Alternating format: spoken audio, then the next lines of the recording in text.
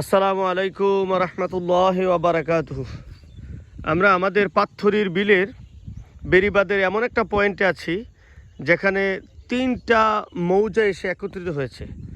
আপনারা এখানে যেই দিকটা দেখছেন এটা হলো পশ্চিম দিক।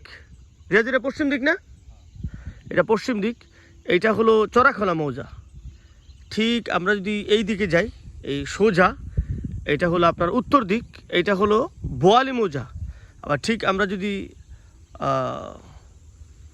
একটু ঘুরে যাই 90 ডিগ্রি অ্যাঙ্গেলে, এইটা হলো উত্তরসম মৌজা। আমরা এখানে উত্তরসম মৌজা আছি।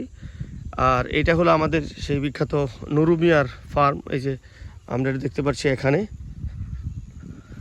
আমরা ঘুরতে এসেছিলাম সকালবেলা হাঁটতে হাঁটতে।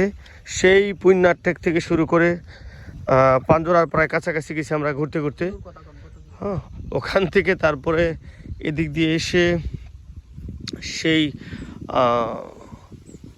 চুয়ারি খোলা রোড দিয়ে ঢুকে নতুন যে রাস্তাটা হয়েছে ওই দিক দিয়ে এসে তারপর এই বেড়িবাঁধের রাস্তা দিয়ে হাঁটতে হাঁটতে চলে আসলাম। আমাদের এখানে খুব সুন্দর নির্জন পরিবেশ।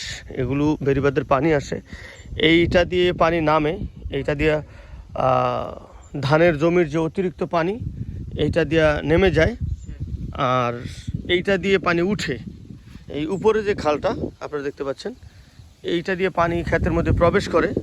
এইটা এই দিয়ে অনেক সুন্দর একটা সিস্টেম। এটা এরশাদ সরকারের সময়, পল্লীবন্ধু এরশাদ, সেই এরশাদ সরকারের সময় এটা করা হয়েছে। আমার এক মামা আসছেন। সালাম আলাইকুম মামা।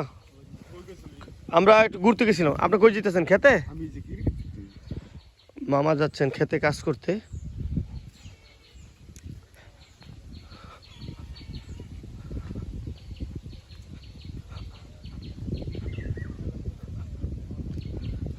এটা এই উপরে যে খালটা আছে এটাকে আগাছা পরিষ্কার করে সুন্দর করা হয়েছে। এখন পানি দেওয়া হয়েছে কিছুদিন আগে।